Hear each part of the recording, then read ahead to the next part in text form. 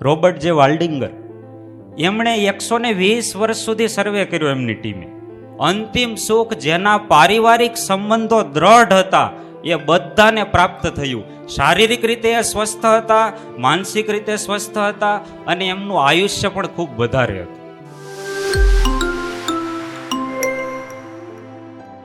Harvard યુનિવર્સિટીના ખૂબ મોટા પ્રોફેસર રોબર્ટ જે વાલ્ડિંગર, એમણે 120 વર્ષ સુધી સર્વે કર્યો એમની ટીમે. દુનિયાના 724 લોકો, બીજું વિશ્વયુદ્ધ પૂરું થયા પછી દુનિયાના 724 શ્રીમંત, ધનવાન, વેલ સેટ લોકોના રૂટીન જીવન ઉપર સર્વે કર્યો. દિવસનો સર્વે, પછી વીકલી સર્વે, પછી મંથલી સર્વે, એમ કરતા કરતા આખા વર્ષનો, એ બધાના દીકરાઓના જીવન પર સર્વે કર્યો.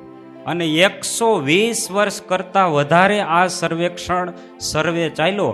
અને ત્યાર પછી જીવનમાં આ બધાને હકીકતમાં સુખ ક્યાંથી પ્રાપ્ત થયું એનું તારણ નીકળ્યું કે હકીકતમાં સાચું સુખ પૈસામાં નથી. પૈસા જીવન જરૂરિયાતની વસ્તુ છે, પણ અંતિમ સુખ એમાંથી નથી મળતું. ખૂબ સારો ઉદ્યોગ હોય તો એમાંથી પણ સારું સુખ નથી મળતું. અંતિમ સુખ જેના પારિવારિક સંબંધો દ્રઢ હતા એ બધાને પ્રાપ્ત થયું. શારીરિક રીતે એ સ્વસ્થ હતા, માનસિક રીતે સ્વસ્થ હતા અને એમનું આયુષ્ય પણ ખૂબ વધારે હતું. એટલે આ બતાવે છે કે એકલા કંઈ નથી મળતું. જો સાચું અને અંતિમ સુખ મેળવવું હોય તો સારા સંબંધો પરિવારમાં કેળવવા પડશે. સારા સંબંધો હશે તો સુખ આવશે. હવે ધારો કે તમે ઘરે એકલા બેઠા બેઠા જમતા હો અને સરસ મજાની વાનગી હોય, મેસૂબ હોય કે સારામાં સારી વાનગી હોય, તમને ભાવતી હોય, પણ એકલા તમે જમતા હો તો તમને ભાવતી છે એટલે તમને આનંદ આવશે. પણ એની જ વસ્તુ જો બધાની ડીશમાં હોય ને બધા સમૂહમાં જમતા હોય તો તમને અંદરથી આનંદ આવશે. એકલા જમતા હશો ત્યારે માત્ર જીભ અને પેટમાં જ આનંદ આવશે, પણ આત્માનો આનંદ જ્યારે તમે બધાની સાથે જમતા હશો ને ત્યારે આવશે. Give and take. જો તમે બીજાને આનંદ આપશો તો તમને મળશે, બીજાને સુખ આપશો તો તમને પ્રાપ્ત થશે. અને બીજાને આપવાથી, બીજાને સુખ આપવાથી આપણા જીવનમાં દેવતાઓ જેવું સુખ આવે છે. એક ખૂબ સરસ કથા છે કે વિષ્ણુ ભગવાને એકવાર દેવો અને દાનવો વચ્ચે પાર્ટી રાખી કે આપણે બધાને જમાડવા છે.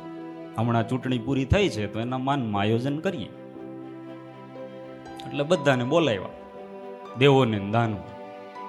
હવે વિષ્ણુ ભગવાને પાર્ટીનું આયોજન કર્યું એટલે જેવી તેવી આઈટમ તો એમાં હોય જ નહીં.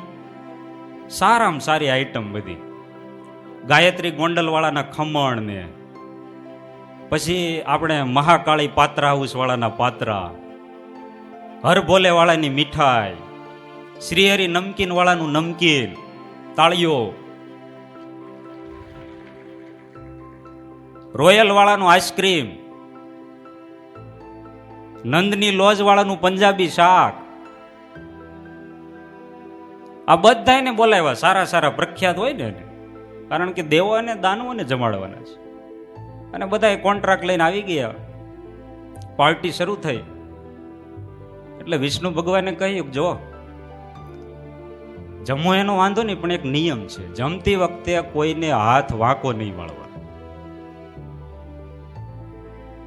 એટલે દાનવો તો બધા એકબીજાની સામું જોવા માંડ્યા કે આપણે તો પહેલેથી હાથ વાંકા વાળવાની જ ટેવ છે.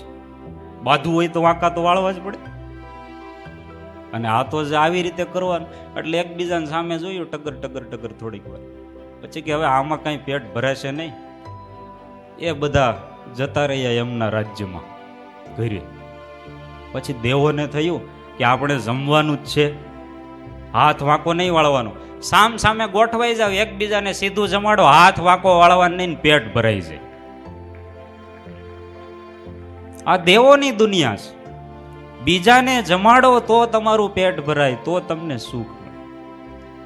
અને આપણે અત્યારે બધું એકલા જોઈએ છે. અત્યારે હકીકતમાં તમે જુઓ, આપણા ગુજરાતમાં તો ખાસ બને છે કે હુતી યુવક યુવતીને જો એકલા રહેવા મળે ને તો એને સાસુય જોઈએ નહીં, માતાય જોઈએ નહીં, પિતાય જોઈએ, કાંઈ જોઈએ, કોઈની જરૂર જ નથી. એક જગ્યાએ દીકરી જોવા ગયા તો કે ભાઈ અમારી દીકરી છે ને સાસુ સસરાની સેવા નહીં કરી. એને જેઠ જેઠાણી નહીં મેળ આવે, દેર દેરાણી એને મેળ નહીં આવે, તો ભાઈ તમે અનાથ આશ્રમમાં મૂક્યા હો, ત્યાં આવું સેટિંગ થશે. જોઈએ બધું ને કરવું નહીં કાંઈ. ખેતી કરશો તો કે ના, પણ 200 વીઘા જમીન જોશે હો. એકલા જ બધું લઈ લેવું છે. સ્વકેન્દ્રી કેટલા આપણે થઈ ગયા છીએ. મોટા ભાગના પ્રશ્નો આને લીધે છે, આપણા પોતાને લીધે, આપણી પોતાની માનસિકતાને લીધે. બીજાની પણ જરૂર છે, બીજા હોય તો સારું કાર્ય થાય, આવો વિચાર કરીને આપણે આગળ વધીએ તો જીવનમાં સુખ પ્રાપ્ત થાય.